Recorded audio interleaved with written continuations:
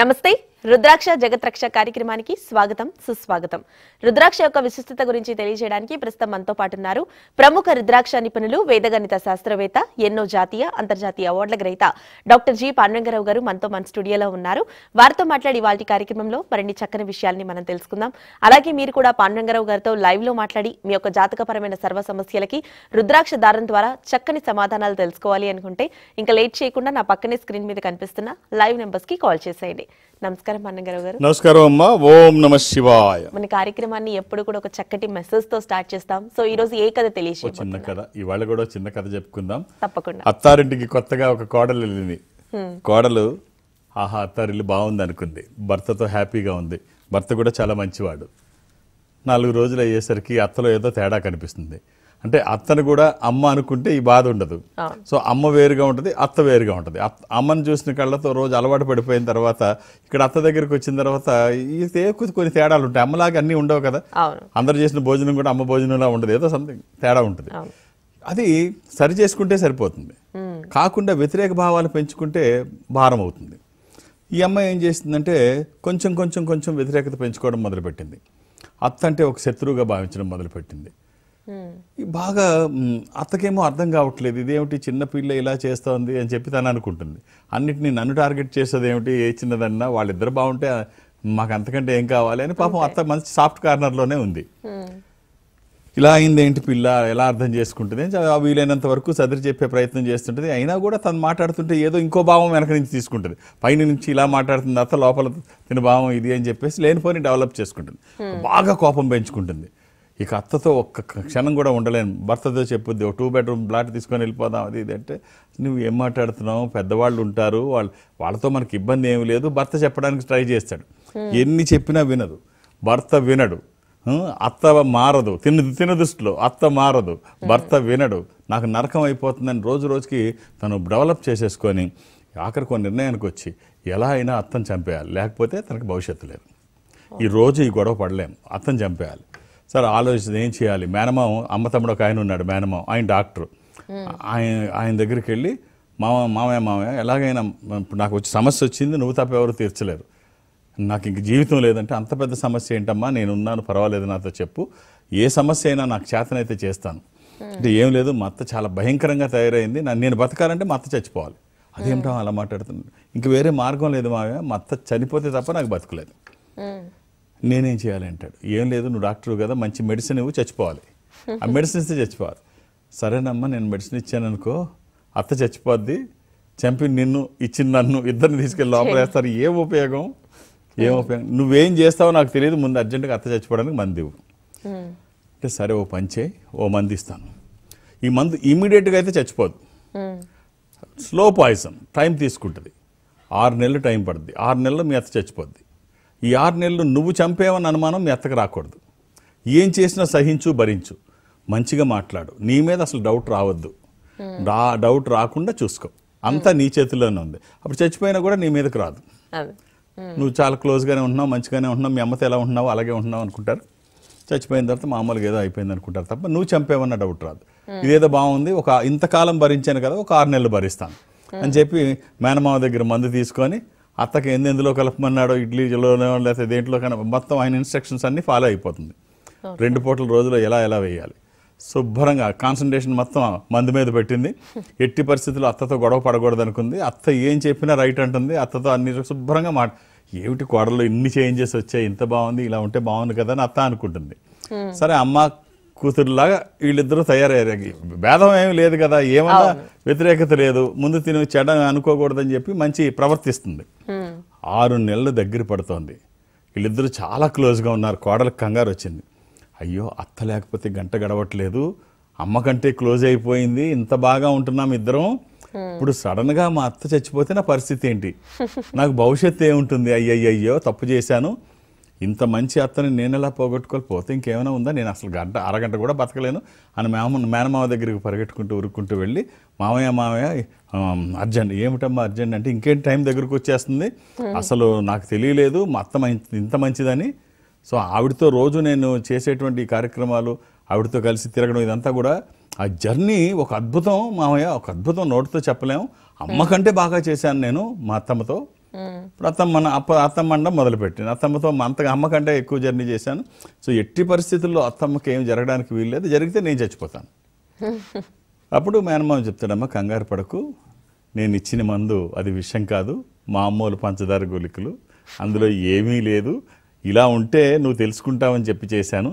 So మనం ఎలా ఆలోచిస్తే అలా ఉంటుంది, వ్యతిరేకంగా ఆలోచిస్తే వ్యతిరేకంగా ఉంటుంది. అత్తని అమ్మగా భావించిన రోజు అంతకంటే జీవితం ఆనందం ఏమీ ఉండదు. లేనిపోని శత్రుత్వంలో మైండ్ మనసులో పెంచేసుకుంటే భవిష్యత్తు ఇలాగే ఉంటుందని చెప్తారు. ఎవరైనా అంతే, మనం ఎలా ఆలోచిస్తే అలా ఉంటుంది. అంతా మనవాళ్ళు అనుకుంటే మనలాగే ఉంటుంది, శత్రువులు అనుకుంటే శత్రువులు కానీ కనిపిస్తారు. మన ఆలోచనలు ఎలా ఉంటే ఎదురు వాళ్ళు కూడా అలాగే కనిపిస్తారు. చక్కటి కథ తెలియజేశారు పాండురంగారావు గారు. కాలర్స్ వెయిట్ చేస్తున్నారండి, చూసేద్దాము. హలో హలో హలో, నమస్తే మేడం. నమస్తే అండి, మీ పేరు ఎక్కడి నుంచి కాల్ చేస్తున్నారు? కరీంనగర్ నుంచి మాట్లాడుతున్నా అండి. నా పేరు రవికుమార్ అండి. రవికుమార్ గారు. రవికుమార్ రెడ్డి గారు, ఓం నమ శివాయ్. ఓం నమ శివాయ గురువు గారు. ఏమిటండి సార్, నా గురించి తెలుసుకున్నాను, కాల్ చేశాను సార్. ఒక్కసారి డేట్ ఆఫ్ బర్త్ ఇస్తారా? జూలై 16. జూలై 16. చెప్పండి. 1975 గురువు గారు. 1975. ఏం చేస్తున్నారండి? నేను మొబైల్ క్యాంటీన్ నడిపిస్తున్నా గురువు గారు. ఎక్కువ రియల్ ఎస్టేట్ చేస్తుంది. మీరు బుధవారం పుట్టినట్టు తెలుసా? అవునండి, అవునండి. ఏం చేస్తున్నారు మీరు? సార్, మొబైల్ క్యాంటీన్ అండి. మొబైల్ క్యాంటీన్ నడిపిస్తున్నా గురువు గారు. Mobile mobile canteen. Mobile canteen, very nice. అష్టమి శుక్లపక్షము, శుద్ధ అష్టమి, బుధవారము. ఇది తులారాశి, స్వాతి నక్షత్రము. బాగుందండి జాతకం. బిజినెస్ ఎలా ఉంది? బాగానే ఉంది సార్, పర్లేదు సార్. బిజినెస్ ఎలా ఉందండి? నడుస్తుంది సార్, బాగా నడుస్తుంది సార్. మొబైల్ క్యాంటీన్ బాగానే నడుస్తుంది సార్. బాగా నడుస్తుంది. బాగా చేయండి. ఇప్పుడు అంటే ఎక్కడ మనం కూర్చున్న దగ్గరికి జనాన్ని రప్పించడం ఒకటి, జనం ఎక్కడుంటే అక్కడికి వెళ్ళడం ఒకటి. పూర్వకాలంలో ఈ ఐస్ క్రీము పార్లర్ల దగ్గరికి వెళ్ళి ఐస్ క్రీమ్ తినేవారు ఎండాకాలం. ఇప్పుడంటే చలి ఎండ వాన అదేం లేదు. తర్వాత కంపెనీ వాళ్ళు ఆలోచించి ఏం చేశారంటే పుష్ కార్ట్స్, అంటే మనం ఎక్కడ కస్టమర్స్ ఉంటే అక్కడికి పంపించడం, ఈ పుష్ కార్ట్స్ పంపించారు. అప్పుడు వాళ్ళు ఊహించిన విధంగా 100 times పెరిగింది. తర్వాత ఏమైందంటే ఈ షాపులకు వచ్చి తినే ఐస్ క్రీమ్ కంటే పుష్ కార్ట్స్లో సేల్ ఎక్కువైంది. అంటే ఎక్కడ ఉంటే అక్కడ పుష్ కార్ట్స్ ఉంటాయి, బళ్ళు ఉంటాయి. అదే కంపెనీ ఐస్ క్రీమ్స్ వాళ్ళు అమ్ముతూ ఉంటారు, జనం ఉన్న దగ్గర తీసుకెళ్ళి. సో అలాగే మొబైల్ బిజినెస్ అంటే మనం ఉన్న దగ్గరికి రప్పించడం ఒకటి అయితే, ఎక్కడ జనం ఉంటే వాళ్ళ అవసరాలు తీర్చే పద్ధతిలో ఒకటి. ఇది మనం ఎంత బాగా ప్రజెంట్ చేయగలిగితే, ఎంత బాగా మనం వాళ్ళని ఆకర్షించగలిగితే అంత బాగుంటుంది. ఎస్ అండి, ఒక చిన్న కాంబినేషన్ చెప్తాను, అవకాశం ఉంటే ధరించే ప్రయత్నం చేయండి. ఒక 7 ముఖాలు 8 ముఖాలు ఏకముఖి. 7 ముఖాలు లక్ష్మీ స్వరూపము, శని దోషములకి కూడా మంచిది. అష్టముఖి గణపతి స్వరూపము, విఘ్నాలు లేకుండా ముందుకు వెళ్ళడానికి. ఏకముఖి రుద్రస్వరూపము, అపమృత్యు బాధలు లేకుండా. ఈ 3 కలిపి కానీ, మూడిట్లో ఏదైనా ఒకటి కానీ. ఆల్ ది బెస్ట్ అండి. నెక్స్ట్ కాల్లోకి వెళ్ళిపోదాము. హలో హలో హలో హలో నమస్తే అండి, మీ పేరు ఎక్కడి నుంచి కాల్ చేస్తున్నారు? రామరాజు. మీ వాయిస్ అసలు క్లియర్ గా లేదండి, కొంచెం గట్టిగా మాట్లాడతారా? అమలాపురం నుంచి అండి. అమలాపురం నుంచి. మీ పేరు? రామరాజు. రామరాజు గారు, ఓం నమ శివ. ఎలా ఉన్నారు? నమస్తే. బాగున్నాండి. మా అబ్బాయి గురించి తెలుసుకున్నానండి. డేట్ ఆఫ్ బర్త్ ఇస్తారా రామరాజు గారు? 2014. ఎవరిదండి ఇది? 2014. మా అబ్బాయి అండి. 2014. 11 సరే. 17 తెలగట్ల 2 పిల్లలకి జాతక పరిశీలన చిన్నప్పుడు అవసరం లేదు, వాళ్ళ దేవుడితో సమానం. రుద్రాక్ష ధారణ అయితే చేయించండి. ఎందుకంటే నెగిటివ్ ఫోర్సెస్ రాకుండా ఒక పాజిటివ్ ఎనర్జీ డెవలప్ అయ్యే విధంగా వాళ్ళ ఆలోచన మార్పు వస్తే, చదువు పట్ల శ్రద్ధ కలిగితే, చదివింది వంటబడితే, వంటబట్టింది ప్రదర్శిస్తే మంచి ఫలితాలు వస్తాయి. ఒక అష్టముఖి రుద్రాక్ష, ఇది గణపతి స్వరూపము. విఘ్నాలు లేకుండా ముందుకు వెళ్ళడానికి, నిర్విఘ్నంగా అన్ని పనులు చేసుకోవడానికి, కెరీర్ కోసము, ఎడ్యుకేషన్ కోసము. ఇది వాక్కుకి సంబంధించి, నాలెడ్జ్కి సంబంధించి. ఈ ఒక్క రుద్రాక్ష అవకాశం ఉంటే వెయ్యండి, లేకపోతే 3 ముఖాలు అగ్నిస్వరూపము ఇది వెయ్యండి. అలా అని ఏది పడితే అది వెయ్యకండి. దురదృష్టం, రుద్రాక్షల్లో 100కి 99 నకిలీయే ఉంటాయి. ఒక్కటైనా మంచిది వెయ్యగలిగితే అది వాళ్ళకు ఉపయోగపడుతుంది. All the best. ఇక పాండురంగారావు గారు, పట్టుదల ఉంటే ఏదైనా చెయ్యొచ్చు, సాధించవచ్చు అని మీరు ఎప్పుడూ అంటూ ఉంటారు. మరి నేటి యువత ఎందుకు అలా ఉంటున్నారు అనుకోవచ్చు?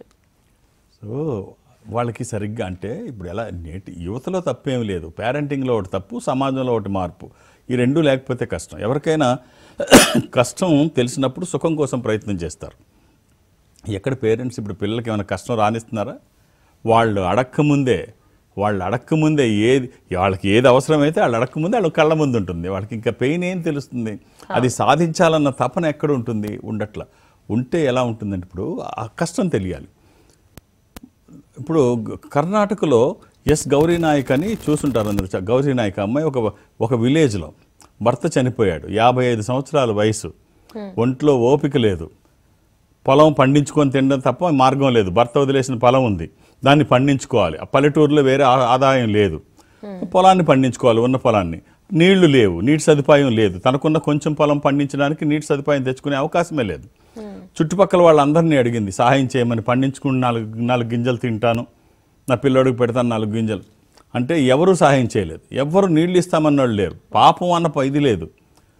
ఆలోచించింది, ఏం చేయడానికి మార్గం లేదు, అంతే నడుం బిగించింది. ఆ వయసులో నడుం బిగించి పొలంలో బావి తవ్వడం మొదలుపెట్టింది. బావి తవ్వడం మొదలుపెట్టి సూర్యుడు ఉదయించిన దగ్గర నుంచి సూర్యుడు ఇంటికి వెళ్ళిపోయే వరకు, అస్తమయం వరకు కూడా మధ్యలో భోజనం మాత్రమే చేసి అసలు ఎక్కడ అవిశ్రాంతంగా ఉదయం సూర్యోదయం దగ్గర నుంచి సూర్యాస్తమయం వరకు 90 రోజుల పాటు శ్రమించి 60 అడుగుల నూతిని తీసింది. 60 అడుగులు, కావలసినంత వాటర్, 90 రోజులు శ్రమ, ఉదయం నుంచి రాత్రి వరకు. వద్దంటే నీళ్లు వచ్చి పడిపోయింది గంగ. అంటే మన సంకల్పం గొప్పదైతే ప్రకృతి పరమేశ్వరుడు కూడా సహకరిస్తాడు. అలాగే ఎక్కువ ఇబ్బంది పెట్టకుండా 90 అడుగుల్లో 60 అడుగుల్లో 90 రోజుల శ్రమ 60 అడుగుల్లో వాటర్ వచ్చేసింది. ఆ వాటర్ జల్లాగా వచ్చింది, కావలసినంత వచ్చింది.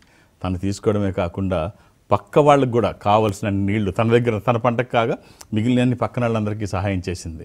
సో కాబట్టి మనకి ఆ కష్టం తెలియాలి. ఇప్పుడు ఆ అమ్మాయికి ఎవరు ఇవ్వలేదు. ఇప్పుడు దశరథమాంజీ భోపాల్లో 2 కొండల్ని చీల్చేశాడు. తన భార్య చనిపోవడం జరిగినప్పుడు దశరథమాంజీ గురించి చాలామంది బీహార్లో తెలుసు.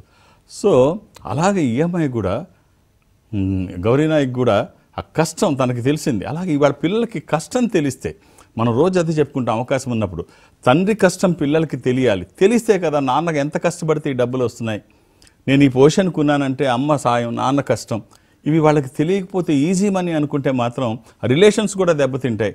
వాళ్ళ భవిష్యత్తు కూడా ప్రశ్నార్థకం అవుతుంది. రైట్ పాత్ మీద అడుగు వేయడమే కరెక్ట్ కాదు, రాంగ్ పాత్ మీద అడుగు వేయడమే తప్పు కాదు, రైట్ పాత్ మీద వేయలేకపోవడం కూడా తప్పే. కాబట్టి కష్టం తెలియాలి, కష్టం తెలిసేటట్టు పిల్లలు ఉండాలి. వాళ్ళ ఆలోచన ఒక డిజైర్ ఉండాలి, అది బర్నింగ్ డిజైర్ కావాలి. అప్పుడే అనుకున్నవన్నీ సాధించగలుగుతాం. మనం సాధించాలని ప్రయత్నం చేస్తే ప్రకృతి పరమేశ్వరుడు కూడా సహకరిస్తాడు. ఓకే, పండుగ గారి కాలర్ ఉన్నారు, చూసేద్దాం. హలో హలో, నమస్తే అండి, మీ పేరు, ఎక్కడి నుంచి కాల్ చేస్తున్నారు? నా పేరు మురళీకృష్ణ అండి, కారంచేడు నుంచి. మురళీకృష్ణ గారు, పాండురంగరావు గారితో మాట్లాడండి. మురళీకృష్ణ గారు నమస్కారం సార్. ఓం నమ శివాయ, ఎలా ఉన్నారు? ఓం నమ శివాయ, బాగానే ఉన్నాం గురువు గారు. నాది డేట్ ఆఫ్ బర్త్ వచ్చి అక్టోబర్ 7, 1965. ఏం చేస్తున్నారండి? నేను రిటైర్డ్ అయిపోయాను సార్, ప్రైవేట్ కాలేజెస్ లో చేసేవాడిని. గురువారం పుట్టినట్టు తెలుసు కదండి? గురువారం అండి, అవును సార్. ఎలా, ఎప్పుడు రిటైర్ అయ్యారు సార్? టీచింగ్ ప్రొఫెషన్ బాగా ఎంజాయ్ చేశారా?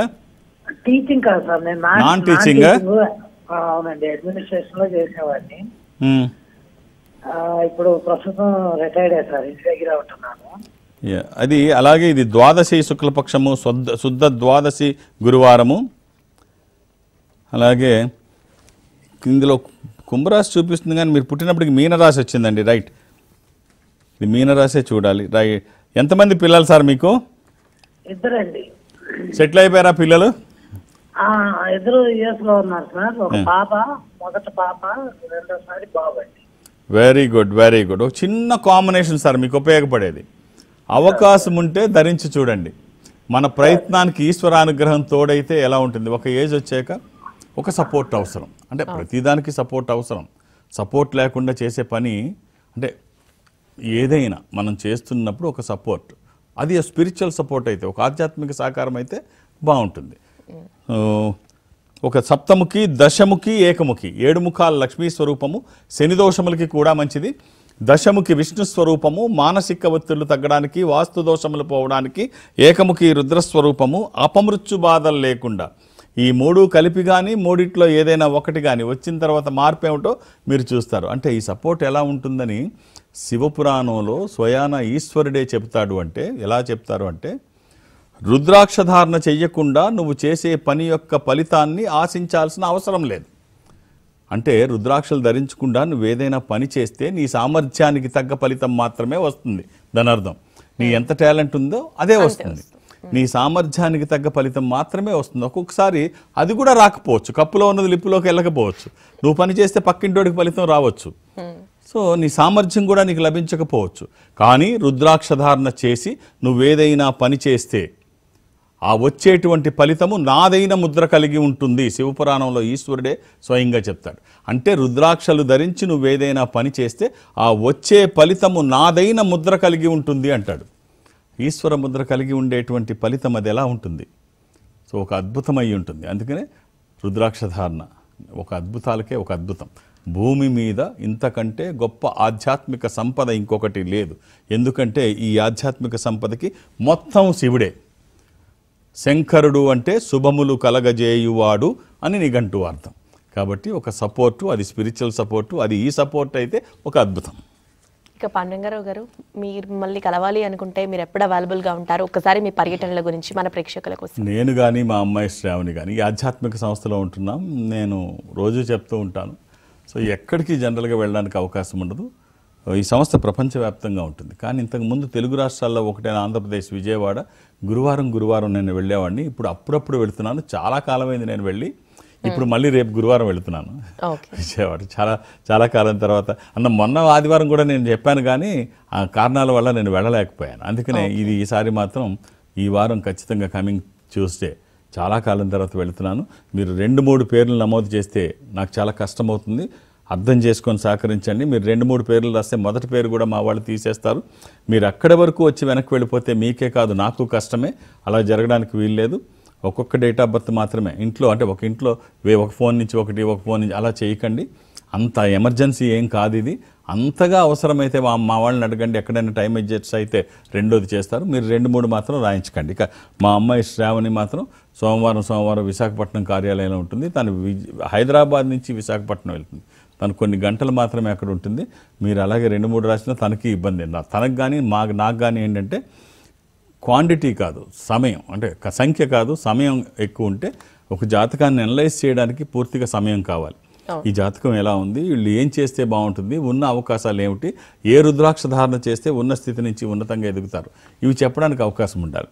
అందుకనే మీరు అవకాశం టైం ఇస్తే మేము బాగా అనలైజ్ చేయడానికి ఉంటుంది. 2-3 అంటే అది సాధ్యం కాదు. అలాగే ఇక్కడ వరకు నన్ను కలవడానికి రావక్కర్లేదు. మీరు ఏ ప్రాంతానికి చెందిన వాళ్ళైనా ఆ ప్రాంతంలో ఈ సంస్థ ఉంటే, లేకపోతే మీకు దగ్గరగా ఈ సంస్థ ఉంటే మీరు అక్కడికి వెళితే వాళ్ళు ఒక స్పెషల్ స్క్రీన్ ముందు అటు మీరు ఇటు నేను 1-to-1 మాట్లాడించే ప్రయత్నం వాళ్ళు చేస్తారు. మాట్లాడే ప్రయత్నం నేను చేస్తాను. అది చెన్నై కావచ్చు, బెంగళూరు, విశాఖపట్నం, విజయవాడ, తిరుపతి, రాజమండ్రి, ఇలా ఏదైనా మీరు అక్కడికి వెళితే వాళ్ళు నాతో మాట్లాడించే ప్రయత్నం చేస్తారు. మాట్లాడే ప్రయత్నం నేను చేస్తాను. ఆ విధంగా నాతో మాట్లాడినా, నన్ను డైరెక్ట్గా హైదరాబాద్ వచ్చి కలిసినా నేను ఒకే డేట్ ఆఫ్ బర్త్ చూస్తాను. అర్థం చేసుకొని సహకరించండి. గురువారం నాడు విజయవాడలో కూడా మీరు 2-3 పేర్లు నమోదు చేయడం అలా చేయకండి. చాలా రోజుల తర్వాత నేను వస్తున్నాను, నాకు ఒత్తిడి ఉంటుంది. అర్థం చేసుకొని సహకరించండి. అందులో ఈ కొత్త సంవత్సరం ఒక పాజిటివ్ ఎనర్జీతో ఉండాలనుకుంటారు అందరూ. అర్థం చేసుకొని సహకరించండి. ఇక పాండురంగారావు గారు, నౌడేస్ కనుక చూసుకున్నట్టయితే బాగా ఆధ్యాత్మికత డెవలప్ అవ్వడం మనం చూస్తున్నాము. దానిపై మీరేమంటారు? లేదు, ప్రతిదానికి పాజిటివ్ నెగిటివ్ రెండూ ఉంటాయి. ఎప్పుడు ఒకే విధంగా నడుస్తుందని మనం అనుకోక్కర్లేదు. అలా సమాజం ఉండదు, వ్యక్తులు ఉండదు, పరిస్థితులు ఉండవు. అప్పుడు ఆయా పరిస్థితులకు అనుకూలంగా సమాజాలు కానీ వ్యక్తులు కానీ నడుస్తూ ఉంటారు. అన్నీ ఇలాగే ఉంటుంది. ఇప్పుడు ఆధ్యాత్మికత పెరిగింది, మంచిదే. ఇటు నుంచి చూస్తే ఎలా ఉంటుందంటే, మన రీసెంట్గా నేను చూశాను, అందరూ చూస్తుంటారు అఫ్కోర్స్, అన్ని టీవీల్లో వచ్చింది. భోపాల్కి చెందిన ఒక జంట, కొత్తగా పెళ్ళైన సాఫ్ట్వేర్ దంపతులు, ఇద్దరు సాఫ్ట్వేర్లో పనిచేస్తున్నారు. ఇద్దరు భోపాల్లో ఉంటారు. వాళ్ళు గోవా వెళదామని హనీమూన్కి అని అనుకున్నారు, ప్లాన్ చేసుకున్నారు. హనీమూన్కి గోవా వెళదామని. సరే, బాగానే ఉంది. ఇంట్లో ఈ పెళ్లి కొడుకు ఈ అబ్బాయి వాళ్ళ అమ్మ ఉంది. ఈ అమ్మ ఏముందంటే, వీళ్ళు ప్రోగ్రామ్ చేసుకున్నట్టు పాపం ఆమెకి తెలియదు. 22వ తారీఖు ప్రాణప్రతిష్ఠ ఉంది కదా శ్రీరాముడిది అయోధ్యలో, అదేమైనా కుదురుతుందా అని తల్లి అడిగింది. ముగ్గురికి అయోధ్యకి ఫ్లైట్ టికెట్స్ తీసాడు తిను. ఉమ్, ముగ్గురికి ఫ్లైట్ టికెట్స్ తీసాడు. గోవా వెళ్ళాల్సింది ఇటు వచ్చారు. రాముడు దర్శనం అయింది. ఆ రోజు ప్రాణ ప్రతిష్ఠ రోజు అక్కడికి వెళ్ళారు, అయోధ్యలో ఉన్నారు. మరుసటి రోజు దర్శించుకున్నారు, ఇంటికి వచ్చారు. ఇంటికి వచ్చిన తర్వాత ఈ అమ్మాయి విడాకులకి నోటీస్ ఇచ్చింది. ఓ, నన్ను అక్కడికి తీసుకెళ్తానని అయోధ్య తీసుకెళ్తావా, నీతో నాకు అక్కర్లేదు, రేపొద్దున కూడా మీ అమ్మకి ఇలాగే ఇంపార్టెన్స్ ఇస్తావు నువ్వు, నేను అడిగింది మానేసి మీ అమ్మ అడిగింది తీసుకువెళ్తావా. సో ఆధ్యాత్మికత పెరిగింది అనుకుంటామా, ఏమని దేనికి ఉండేవాళ్ళు దానికి ఉంటారు. సో ఎప్పుడు ఇలాగే ఉంటుంది అనుకో అక్కర్లేదు. తర్వాత నిజ విషయానికి వస్తే ఆ అమ్మాయి ఏం కోల్పోయిందో తర్వాత తెలుస్తుంది. అవును. సో కాబట్టి మనం ఇలాంటి వాళ్ళు ఉంటారు, అలాంటి వాళ్ళు ఉంటారు, ఏది మంచిదైతే అది ఆలోచిద్దాం, దాన్నే మనం ఎంకరేజ్ చేద్దాం. రైట్. ఇక పాండురంగారావు గారు, ఆకలితో ఉన్న వారికి రుద్ర ఫౌండేషన్ తరపున మీ ఆధ్వర్యంలో నిత్య అన్నదాన కార్యక్రమం అనేది జరుగుతూ ఉంటుంది. ఇది రుద్ర ఫౌండేషన్, ఇది ఆకలితో ఉన్న వాళ్ళకి అన్నం పెట్టాలి అన్న చిన్నప్పటి నుంచి నా కోరిక. అప్పుడు నాకు అవకాశం లేకపోతే ఇప్పుడు అవకాశం వచ్చింది. అది నడుస్తోంది. కరోనా ఆ లాక్డౌన్ టైం నుంచి ఇప్పటి వరకు అలాగే రోజు నడుస్తూ ఉంటుంది. అందులో ఎవరు సహకారము తీసుకోవాల్సిన పరిస్థితి వస్తే ఆపేస్తాను, నాతో కాకపోతే. అంతేగాని ఆర్థికంగా ఎవరు సహకారం తీసుకోను. నేను ఇంట్లో ఏం తింటానో ఆకలితో ఉన్న పేదవాళ్ళకు కూడా అదే పెడతాను రోజు. క్వాలిటీలో ఏం మార్పు రాదు. సో ఇది నా వ్యక్తిగతం, సంస్థతో సంబంధం లేదు. అవకాశం ఉన్నంతకాలం పెడతాను. నేను చాలాసార్లు రోజు చెప్తాను. నేను ఎందుకు ఇది బాగా నమ్మాను అంటే, నేను ఎక్కడో ఒకసారి బాగా చదివింది, నేను మళ్ళీ అదే చెప్తాను, బాగా చదివింది నాకు నా మైండ్లో గుర్తుండిపోయింది. నీకు ఎప్పుడైనా దైవ దర్శనం కావాలి అనుకుంటే కష్టంలో ఉన్న వాళ్ళకి సాయం చేసి చూడు, వాళ్ళ కళ్ళల్లో మెరిసే మెరిపే దేవుడు. సో అందరూ అలాగే ఆలోచించండి. కష్టంలో ఉన్న వాళ్ళకి ఏమాత్రం అవకాశం ఉన్నా చెయ్యందించేటువంటి ప్రయత్నం చేయండి. 10 చేతులు మీ కష్టం రాకుండానే మిమ్మల్ని ఆదుకోవడానికి ముందుకు వస్తాయి. పాండురంగారావు గారి ఇవాల్టి కార్యక్రమంలో కాలర్స్ యొక్క సమస్యలకు రుద్రాక్ష దారం ద్వారా చక్కని సమాధానాలు తెలియజేయడంతో పాటుగా మరెన్నో చక్కని విషయాల్ని, మేము తెలుసుకోవాల్సినటువంటి విషయాల్ని మాకు మా ప్రేక్షకులకు తెలియజేశారండి. మీకు ధన్యవాదాలు. ఓం నమః శివాయ. ఇది ఇవాల్టి రుద్రాక్ష జగత్రక్ష కార్యక్రమం. నమస్తే.